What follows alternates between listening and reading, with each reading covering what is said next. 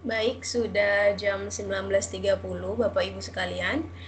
Sambil menunggu yang lain, mungkin saya buka terlebih dahulu web kedua kita pada hari ini. Baik, Assalamualaikum warahmatullahi wabarakatuh.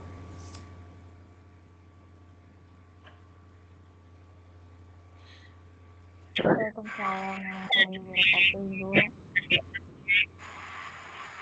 Baik, selamat malam semuanya. Di sini sudah ada 3 orang, alhamdulillah bisa join. Ada Bu Ratna, Bu Rici, dan juga Bu Halizah. Terima kasih sudah menyempatkan waktunya untuk hadir pada web kita yang kedua. Ini juga baru bergabung Pak Yogas. Baik, daripada mengulur waktu nanti semakin malam, mungkin saya langsung masuk kepada materi yang akan kita bahas pada hari ini. Untuk web kedua hari ini yang akan kita bahas adalah terkait dengan BAP dan juga sekilas tentang dakwaan. Nah, di BAP kemarin Bapak Ibu sekalian sudah membuat BAP seperti tugas yang diberikan.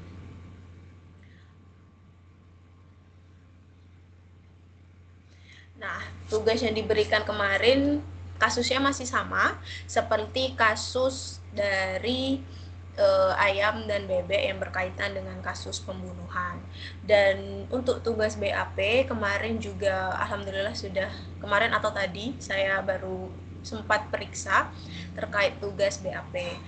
Nah, mungkin teman-teman sudah ada yang mendapatkan nilai lumayan baik, namun juga ada yang belum mendapatkan nilai memuaskan karena ada beberapa catatan yang menjadi fokus penilaian pada BAP yang teman-teman buat sebagai tugas.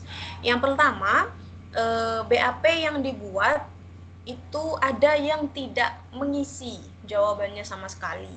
Jadi hanya pertanyaan saja seperti yang ada di contoh tugas BAP-nya. Misalnya pertanyaannya, ceritakan kronologis terjadinya kasus tersebut. Nah, jadi hanya ada pertanyaannya saja, tidak ada jawaban kronologisnya seperti apa.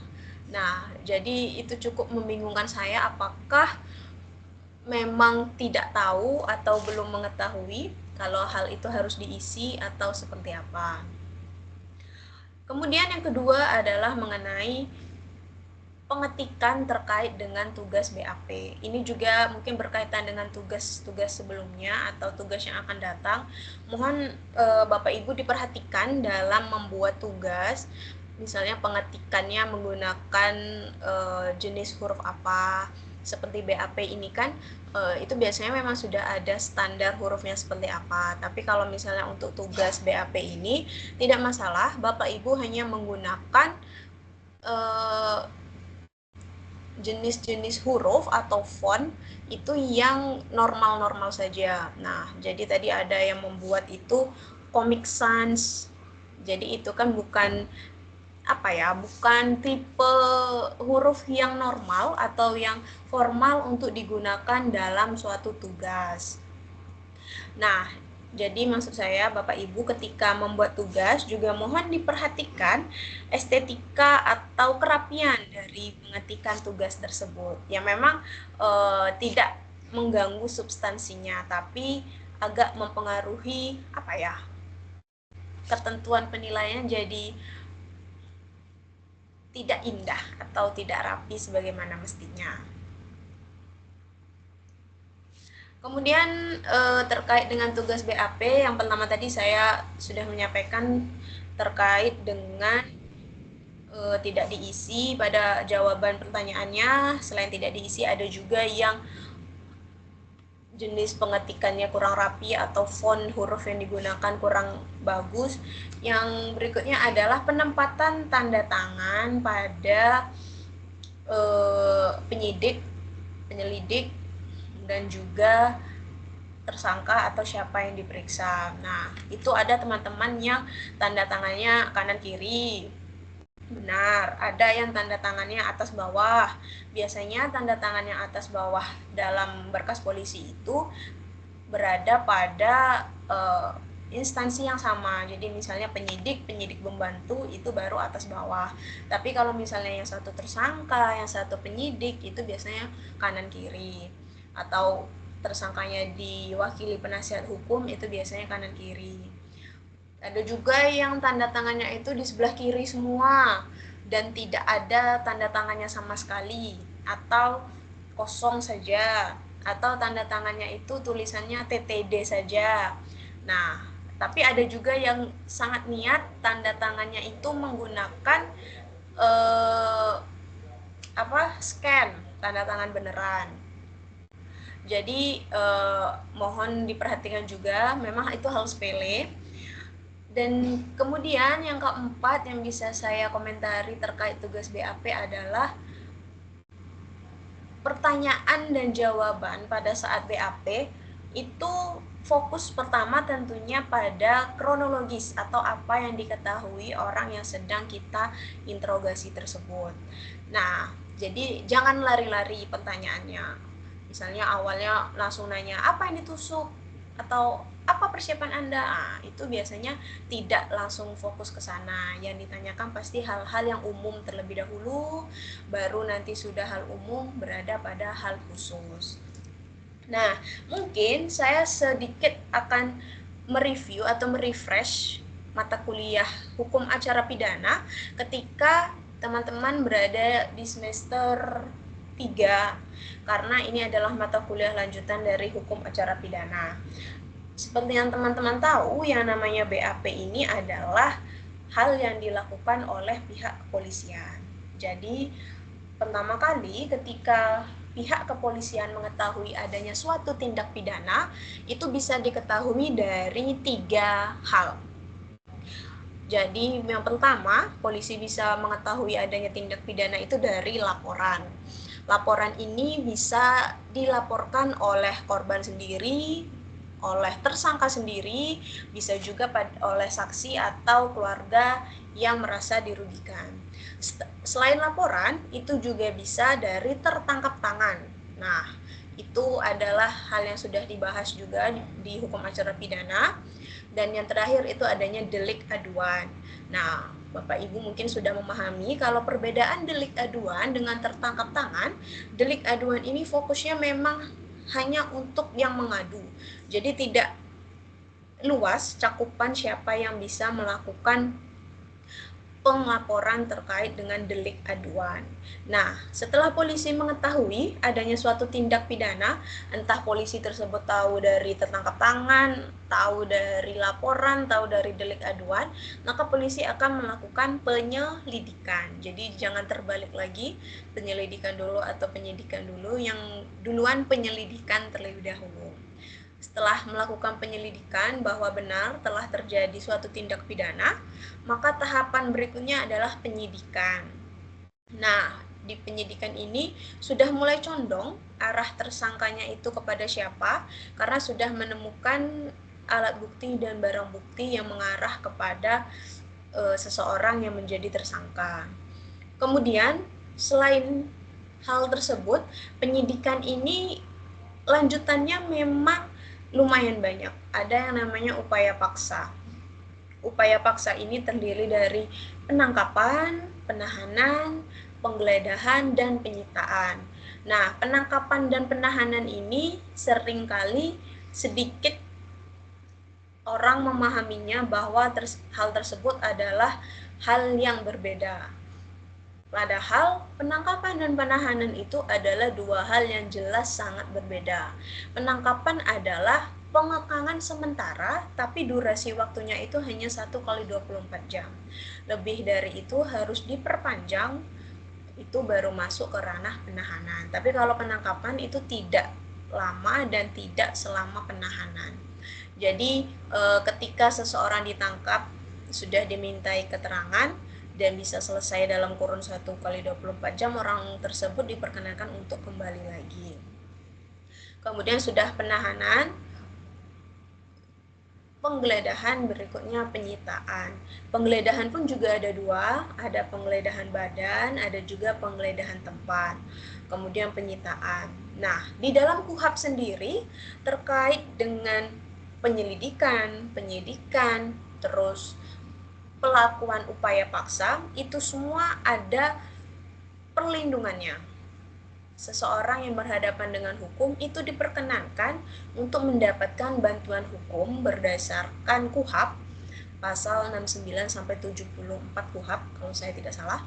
Nah, itu diatur kapan seseorang tersebut diperkenankan untuk diam saja, kapan dia diperkenankan untuk menghadirkan pengacara atau advokatnya, kapan tersangka tersebut berhadapan dengan hukum dan hak-haknya tetap harus ditegakkan. Nah, jadi terkait BAP, memang ini adalah tugas polisi yang dimana melakukan beberapa hal terkait dengan mengumpulkan keterangan atau alat bukti yang terdapat di pasal 184 KUHP. Saya akan share screen terkait dengan apa saja berkas-berkas yang dibutuhkan atau yang perlu dilengkapi pihak kepolisian ketika berada pada tahap penerimaan laporan sampai penyerahan ke tuntutan. Saya share screen sebentar.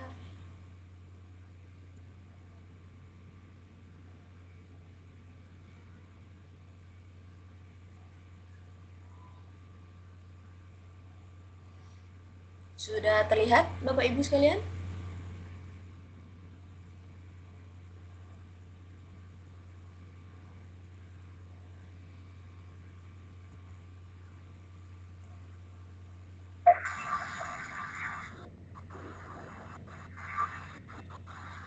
Nah, berikut adalah daftar berkas kepolisian.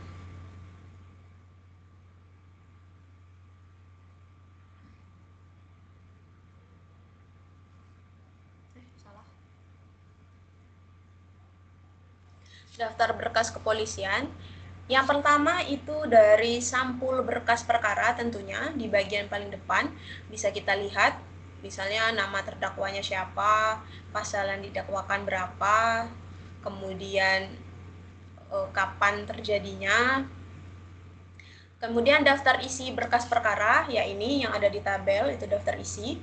Kemudian daftar tersangka. Ya kalau misalnya tersangkanya cuma satu, berarti tidak perlu daftar, hanya tersangkanya saja. Nah, di daftar tersangka itu ada fotonya, ada identitasnya, baik nama, tempat tanggal lahir, umur, alamat. Jadi hal yang berkaitan dengan identitas tersangka. Kemudian daftar barang bukti. Nah, daftar barang bukti ini adalah berbagai barang bukti yang didapatkan ketika hasil dari penyidikan ataupun penyelidikan. Barang bukti misalnya untuk kasus yang ada di e-learning kemarin seperti misalnya pisau, kemudian baju, celana korban, baju dan celana tersangka, kemudian mungkin spray dan sebagainya. Nah, tapi barang bukti ini memang tergantung tindak pidananya apa. Banyak tidaknya barang bukti itu tergantung dengan hal tindak pidananya apa. Contohnya maksudnya adalah ketika tindak pidana yang terjadi, misalnya tindak pidana pembunuhan seperti yang ada di kasus yang di e-learning, tentunya barang buktinya tidak sebanyak barang bukti yang terdapat di tindak pidana korporasi atau tindak pidana korupsi, tindak pidana pencucian uang.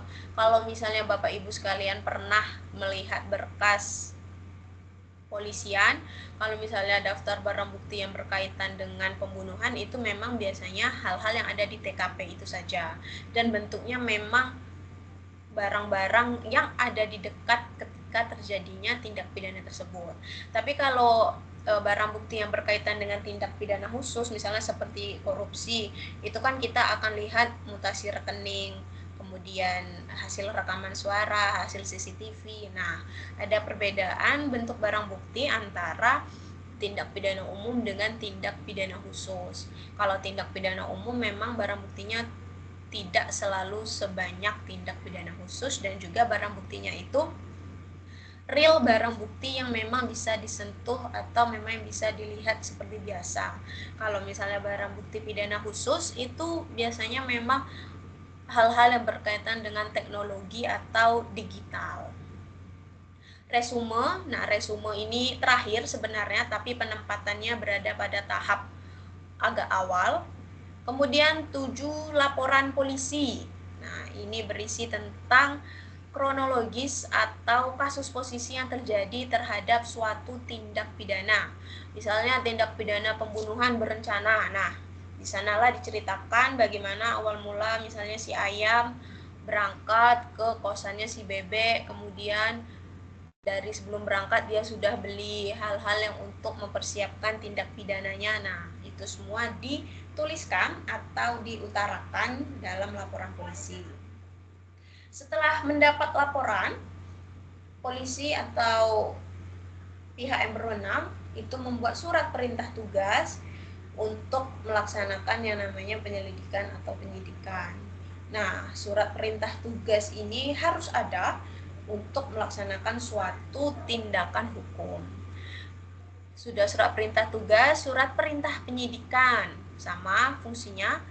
Namanya surat perintah ini kan tugasnya memang untuk memberikan legitimasi atau keabsahan bagi seseorang ketika orang tersebut akan melakukan hal yang berkaitan dengan hukum. Tapi untuk surat perintah seperti yang teman-teman pernah baca atau pernah buat tugas juga terkait dengan tertangkap tangan, itu biasanya memang tidak ada surat perintah penangkapan, karena tertangkap tangan ini yang sering orang awam tahu adalah tertangkap basah. Ketika suatu tindak pidana terlihat di depan mata tuh lagi terjadi, tentu tidak mungkin kita akan membuat surat dulu baru menangkap. Makanya ada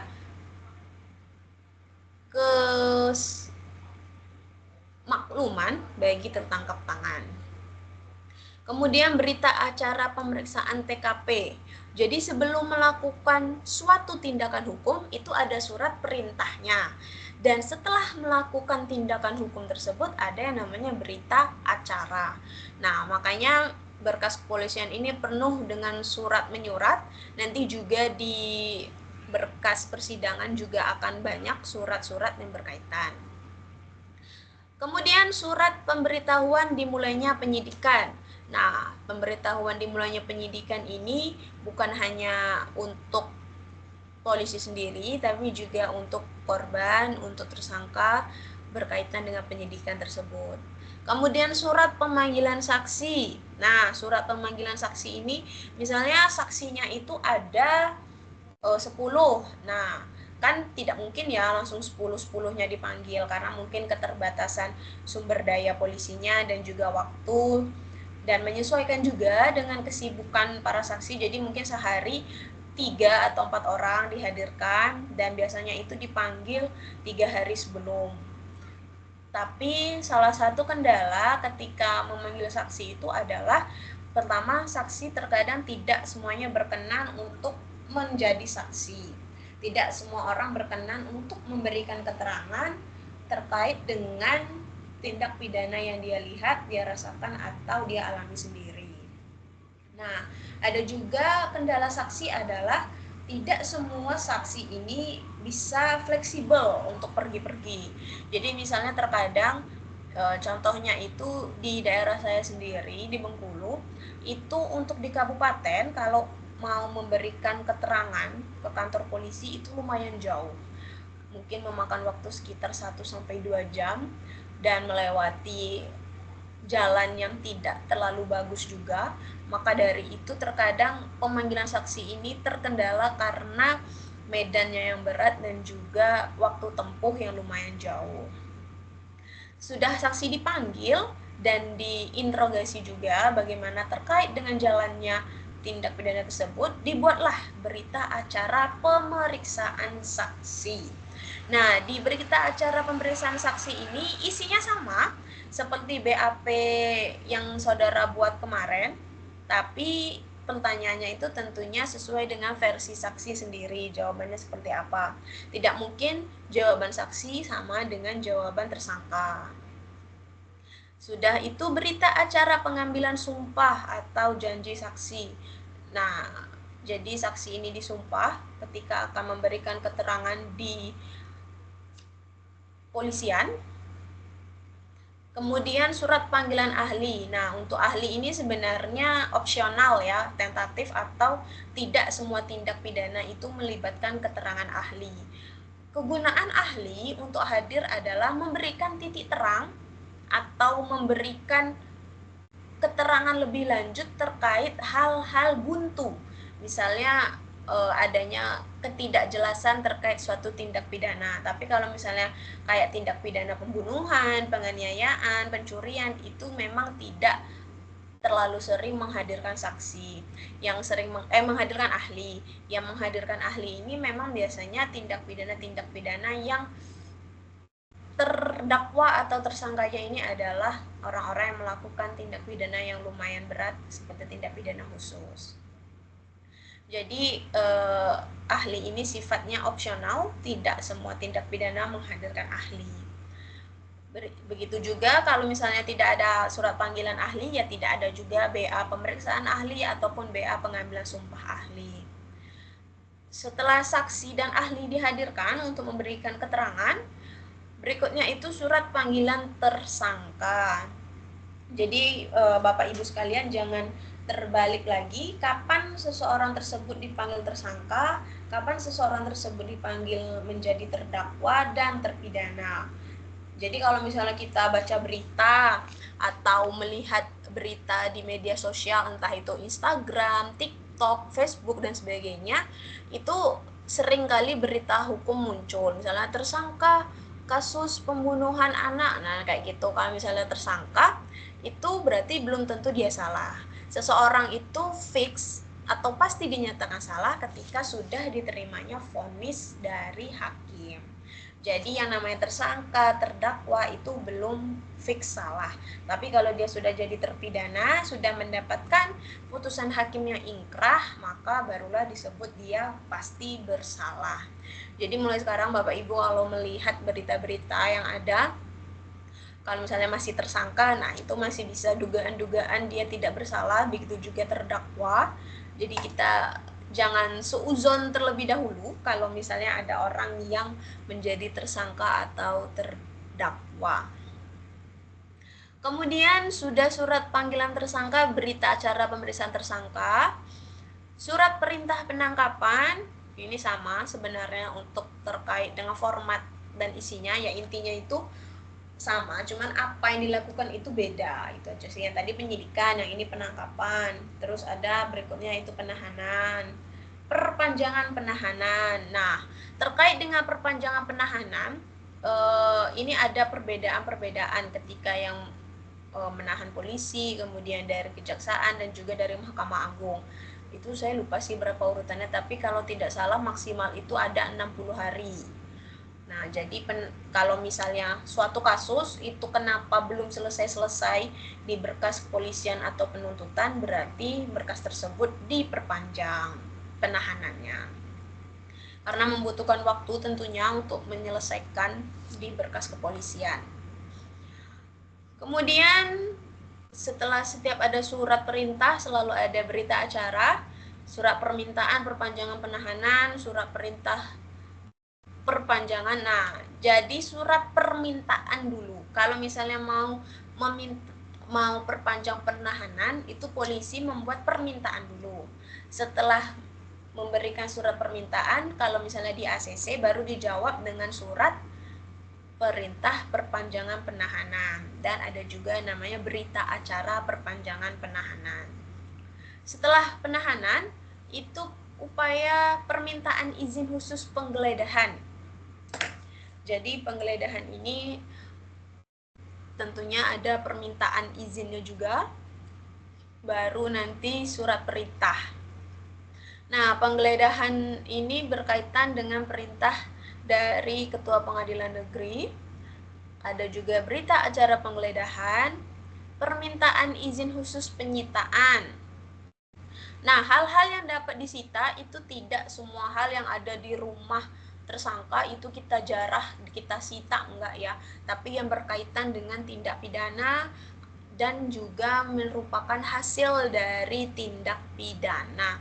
Jadi kalau misalnya pembunuhan di rumah tersangka, terus yang kita ambil misalnya baju yang ada di lemari, yang lemarinya dikunci di dalam kamar jauh di gudang, kan itu tidak relate ya untuk kita sita, tidak berkaitan dengan kasus yang sedang dihadapi.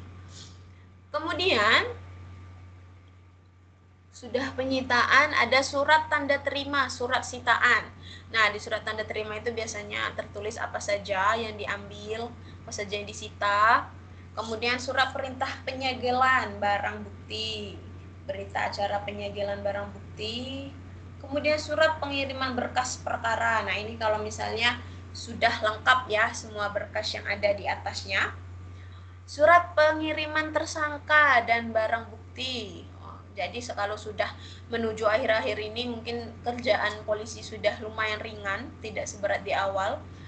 Berita acara serah terima tersangka dan barang bukti. Nah, kalau sudah serah terima itu mungkin polisi sudah agak bernafas lega, walaupun tidak lepas juga tanggung jawabnya sampai selesainya kasus tersebut. Jadi teman-teman, ketika dalam menyelesaikan suatu kasus itu bukan hanya peran kepolisian dalam menyelesaikannya. Ada yang namanya sistem peradilan pidana. Nah, namanya sistem itu terdiri dari komponen-komponen yang dimana komponen-komponen atau pihak-pihak ini saling bahu-membahu, saling menyelesaikan tugasnya untuk menyelesaikan suatu kasus. Nah, contohnya dimulai dari kepolisian. Tugas kepolisian itu dimulai dari penerimaan laporan sampai penyerahan berkas seperti yang ada di nomor 38, berita acara serah terima tersangka. Setelah dari kepolisian, berkas tersebut naik ke penuntutan. Jadi kalau misalnya orang-orang sering bilang berkasnya sudah lengkap atau berkasnya dikembalikan karena kurang lengkap atau ada hal-hal yang belum sesuai, nah maka kepolisian harus melengkapkan terlebih dahulu. Setelah ke penuntutan, kejaksaan naik ke pengadilan negeri dan didaftarkan kepada kepanitraan terkait dengan kasus tersebut.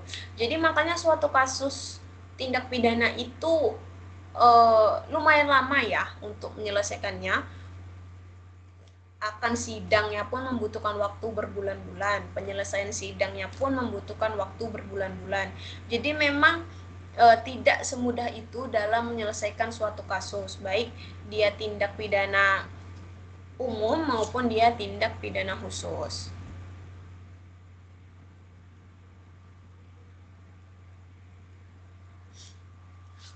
Kemudian setelah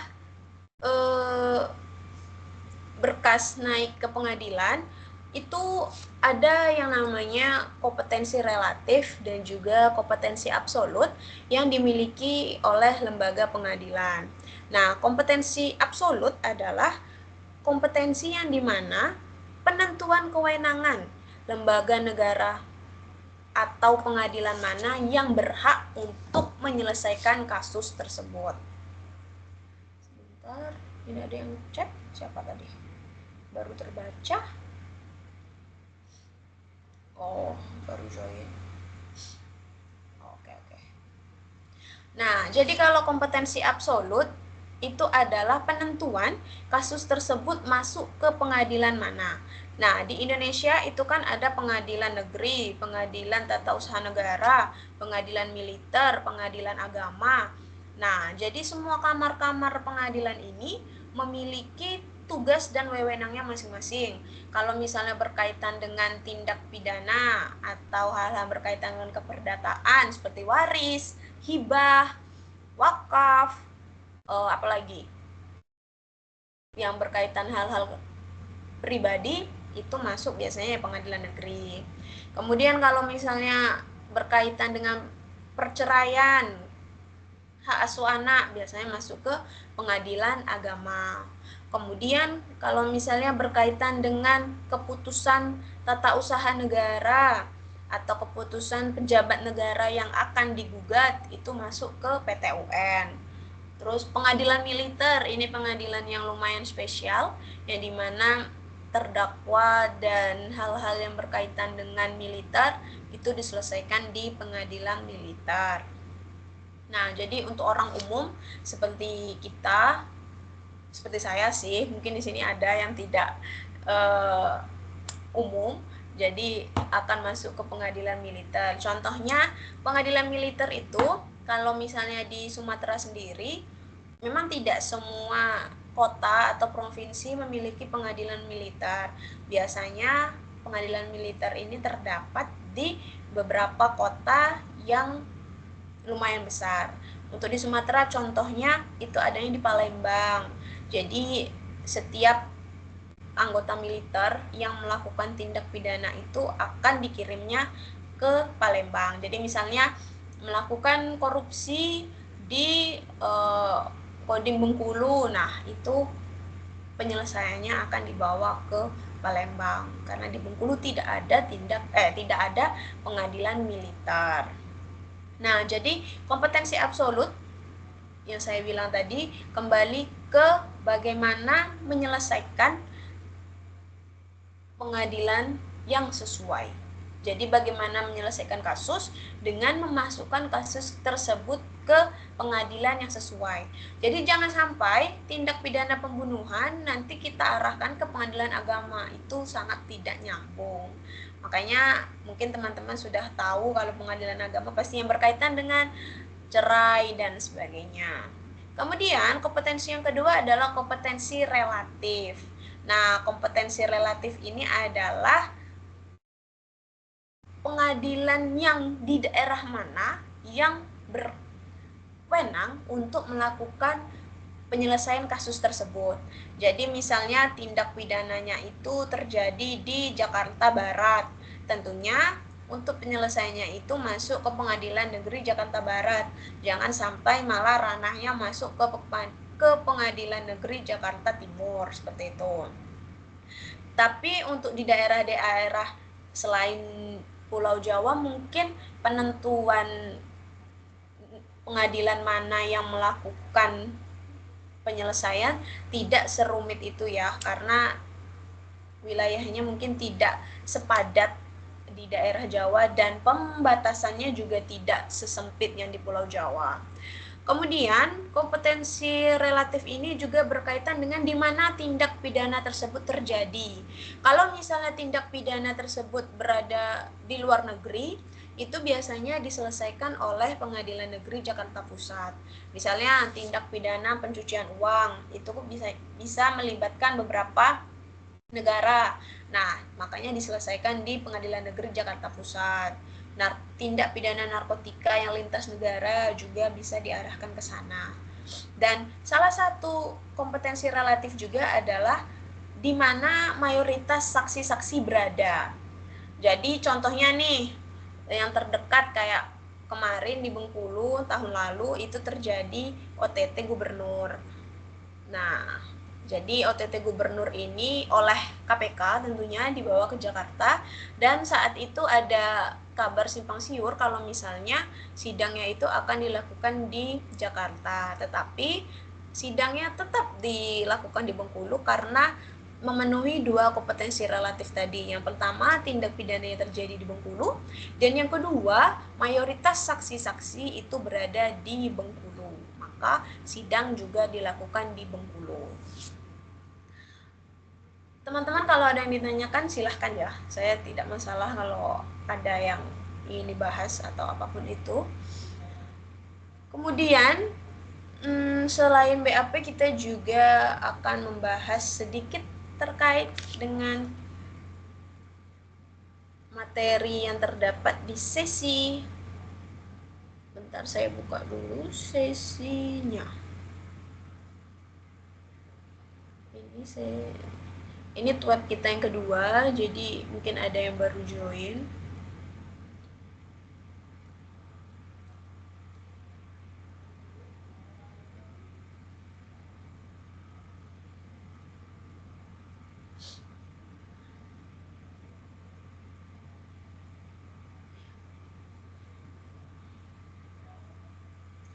Mungkin saya juga sekedar mengingatkan kepada teman-teman sekalian, kalau misalnya terkait dengan tugas apapun itu, cukup via e-learning saja, tidak bisa dikirimkan secara pribadi kepada saya karena memang ketentuan dari UT-nya sendiri seperti itu. Kemudian kita akan bahas terkait diskusi 3 yang terdapat di sesi 3 praktik peradilan pidana.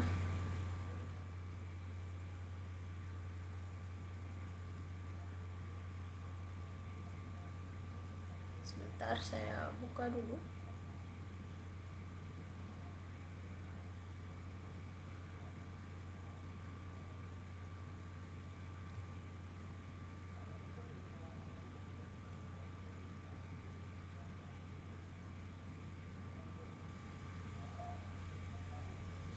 Agak sedikit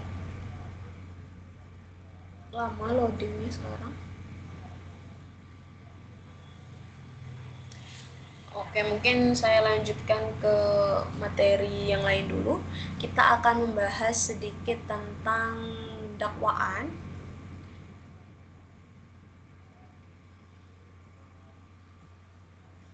Sebentar.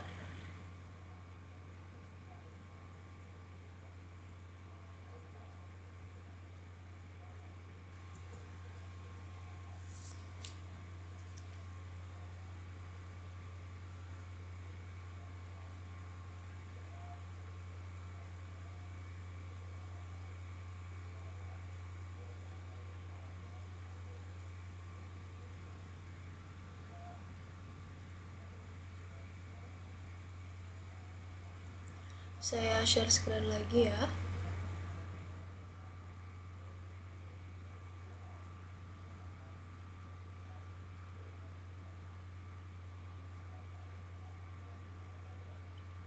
Sudah terlihat ya tentang surat dakwaan.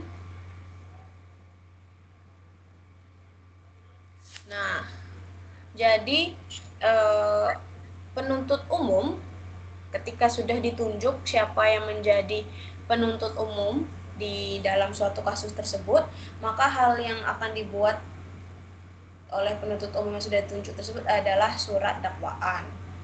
Jadi ini adalah hal atau senjata utama dari penuntut umum, yang dimana syarat formal dan materialnya, yang pertama syarat formalnya tanggal dan tanda tangan tentunya, siapa penuntut umumnya, dan identitas lengkap dari tersangka atau terdakwa.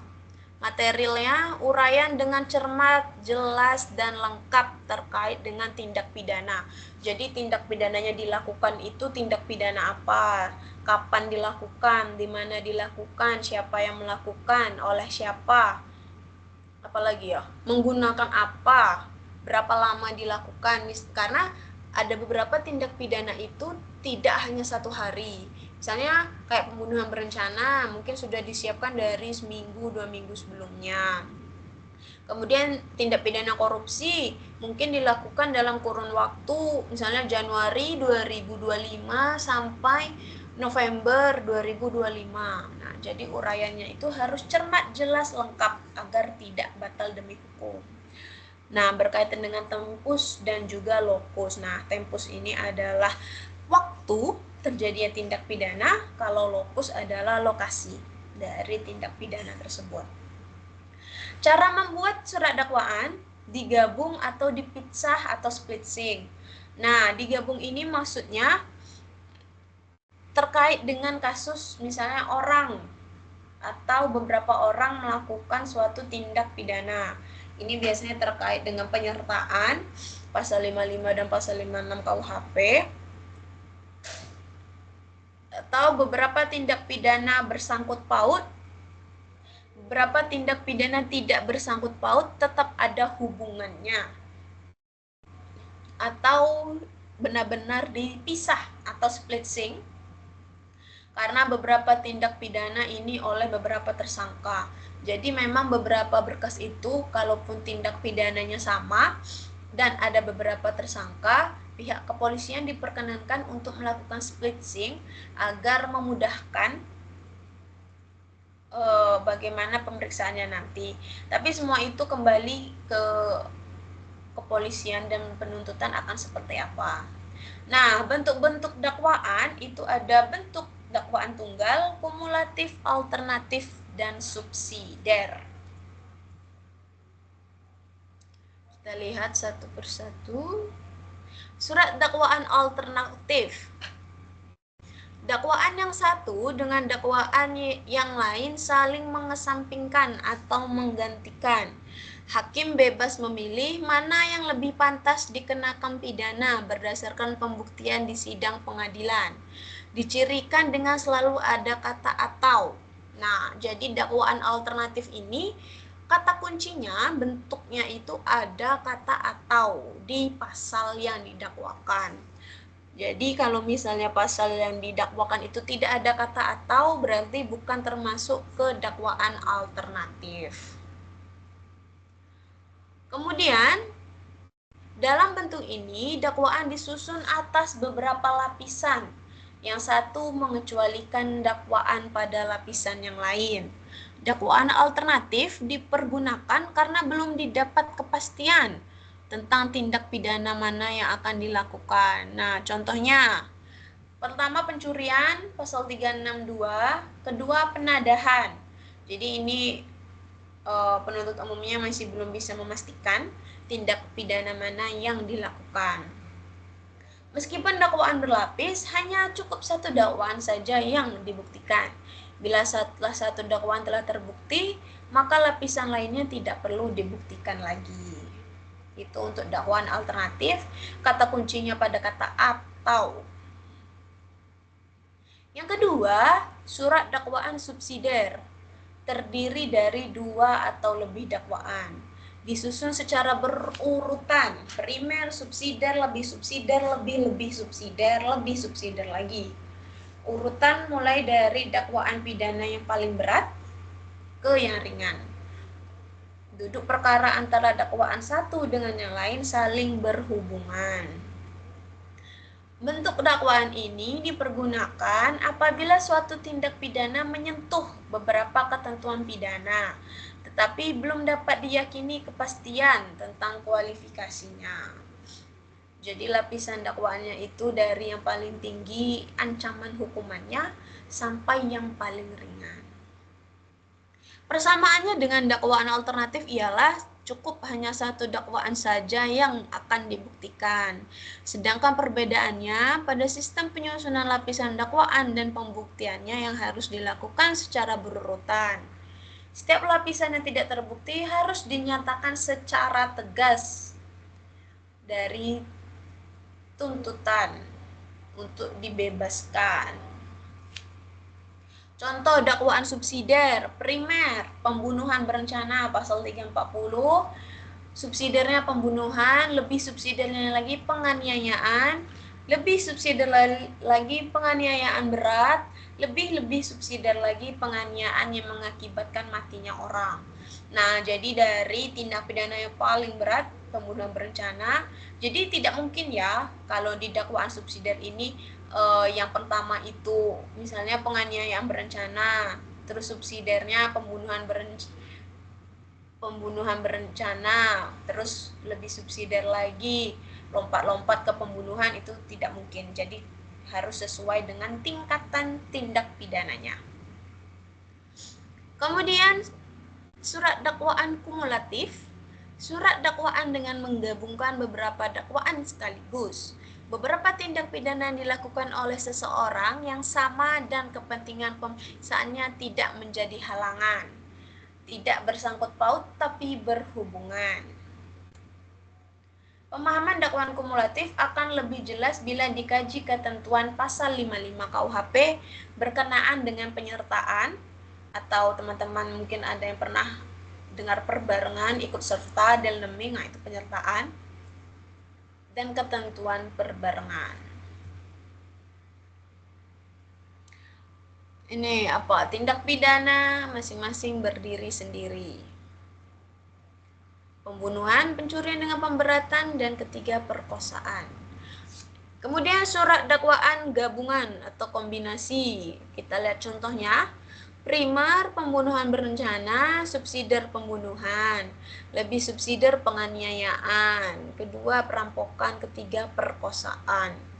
Jadi teman-teman, untuk menentukan surat dakwaan akan menggunakan surat dakwaan ini memang tidak semudah itu ya untuk kita langsung paham dalam sekali pertemuan, karena teman-teman kita yang menjadi jaksa saja pelatihan terkait pembuatan surat dakwaan ini lumayan lama ketika mereka pelatihan, agar tidak salah, tidak terbalik-terbalik dalam menentukan surat dakwaan apa yang akan digunakan. Contoh ini sudah tadi.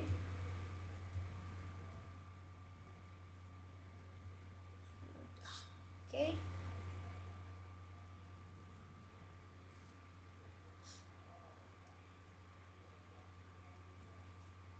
Baik, teman-teman, silahkan kalau ada yang ingin ditanyakan terkait dengan apa yang sudah saya sampaikan, atau ada hal lain yang ingin ditanyakan terkait materi. Karena ini sudah hampir 1 jam kita bersama.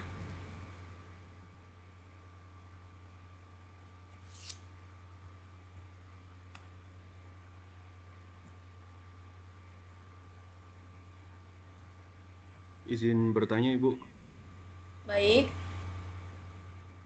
Terkait tipe dakwaan tadi, Bu, itu kan ada yang primer, subsidiar lain, dan lain-lain. Terus yang kedua itu tadi kan ada yang kayak ke 1, kedua, dan ketiga. Lah itu penggunaan antara yang primer, subsidiar, dan selanjutnya sama yang 1, 2, dan 3 itu apa? Apakah itu kalau untuk yang primer, subsidiar, dan lainnya itu masih satu rangkaian kasus yang sama, atau kalau misalkan yang 1, 2, 3 itu tadi beda pasal atau beda kasusnya gitu, Bu. Cuman pelakunya masih sama. Mohon petunjuknya, Bu. Terima kasih. Baik, Pak Ilham. Jadi, tentunya surat dakwaan ini, kalau misalnya kita memilih nih surat dakwaan subsidiar, tadi kayak contoh yang disampaikan Pak Ilham, itu kan ada subsidiar, terus misalnya melihat ke 1, kedua, ketiga, lebih subsidiar, dan sebagainya, itu dalam satu surat dakwaan. Nah, dalam satu surat dakwaan itu, tentunya membahas tindak pidana yang dilakukan oleh seseorang. Tapi perbedaannya adalah di bagian menguraikan apa yang dilakukan oleh seseorang yang menjadi terdakwa tersebut. Kalau misalnya contoh seperti tadi, yang di pertama pembunuhan berencana, berarti hal yang ditonjolkan adalah apa yang dilakukan oleh terdakwa sampai memperlihatkan itu adalah pembunuhan berencana. Nah, nanti kalau misalnya yang subsidiarnya lagi, tadi contohnya pembunuhan saja, berarti jangan memfokuskan pada pembunuhan berencananya, tapi pada pembunuhannya saja.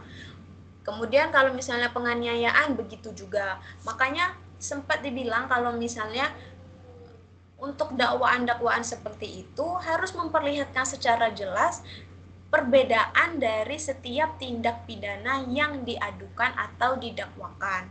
Karena tidak mungkin kalau misalnya di atasnya kita bilang nih subsidiar tentang pembunuhan berencana, tapi tidak menguraikan rencana-rencana dalam melakukan pembunuhan.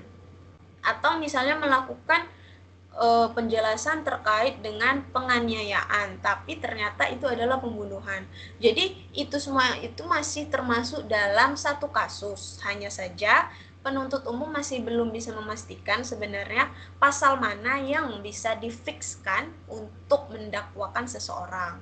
Jadi setelah dakwaan dengan beberapa dugaan-dugaan tindak pidana yang terjadi tadi, entah itu pembunuhan biasa, pembunuhan berencana, penganiayaan yang luka berat, dan sebagainya, akan dilihat setelah rangkaian pemeriksaan saksi-saksi dan juga pemeriksaan yang berkaitan dengan barang bukti yang digunakan.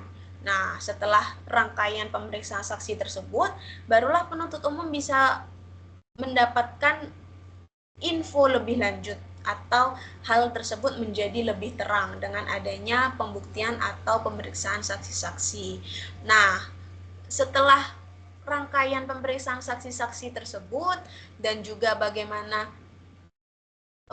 penuntut umum hubungkan dengan berbagai barang bukti, barulah dari semua pasal-pasal di dakwaan tadi itu bisa difikskan, dimasukkan ke dalam yang namanya tuntutan.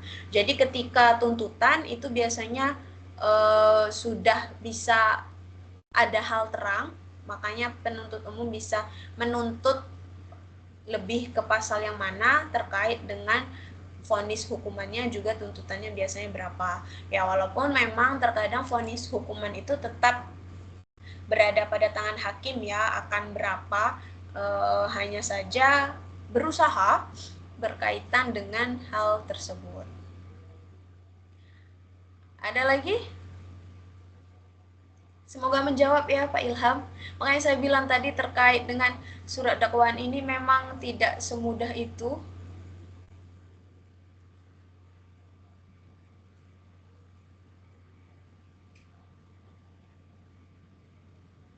Izin Bu, berarti isi dakwaannya nggak antara primer, subsidiar, dan subsidiar tambahan sama 1, 2, 3 itu nggak ada masalah berarti Bu ya? Mau pakai yang urutannya itu kayak primer dulu, subsidiar dulu, habis itu subsidiar lainnya, atau mau pakai 1, 2, 3 nggak ada masalah berarti Bu ya?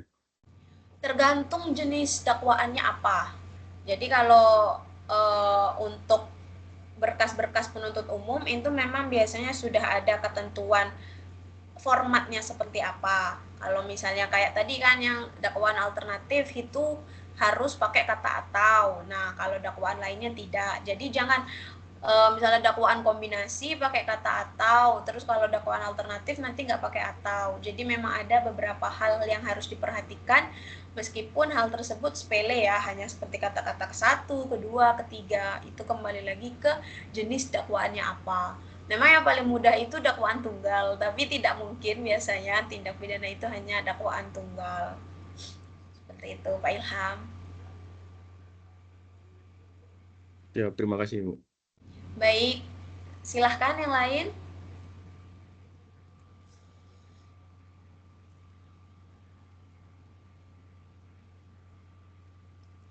Kalau tidak ada, mungkin kita bisa dokumentasi foto sebentar, teman-teman. Mohon yang bisa on kamera, silahkan. Biar saya meng-screenshot.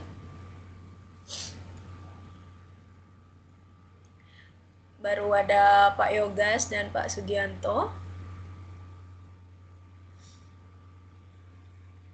Pak Ilham juga.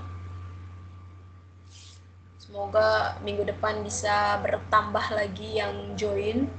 Tapi ya sebenarnya saya juga cukup berterima kasih kepada teman-teman sekalian sudah join, karena di kelas lain juga ada yang tidak ada anggotanya sama sekali. Yang mau dikoreksi kita aja telat koreksi. Baik, mungkin ini yang bisa on kamera, nggak apa-apa. Saya screenshot dulu ya. 1, 2, 3.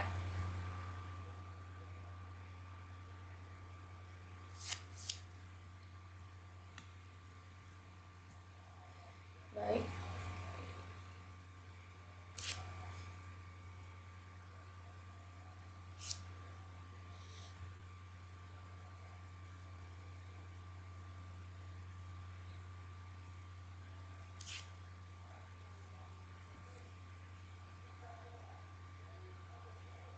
Baik, sudah Bapak Ibu sekalian. Baik, terima kasih kehadirannya malam ini di Tweb kita yang kedua. Tweb berikutnya tinggal 3 dan 4 akan saya infokan di sesi 6 kalau tidak salah. Dan mohon maaf jika mengganggu waktu Bapak Ibu sekalian. Terima kasih atas partisipasi dan kehadirannya. Saya akhiri, wassalamualaikum warahmatullahi wabarakatuh. Terima kasih Bu. Izin lift. Terima kasih. Ya. Waalaikumsalam. Lalu bisa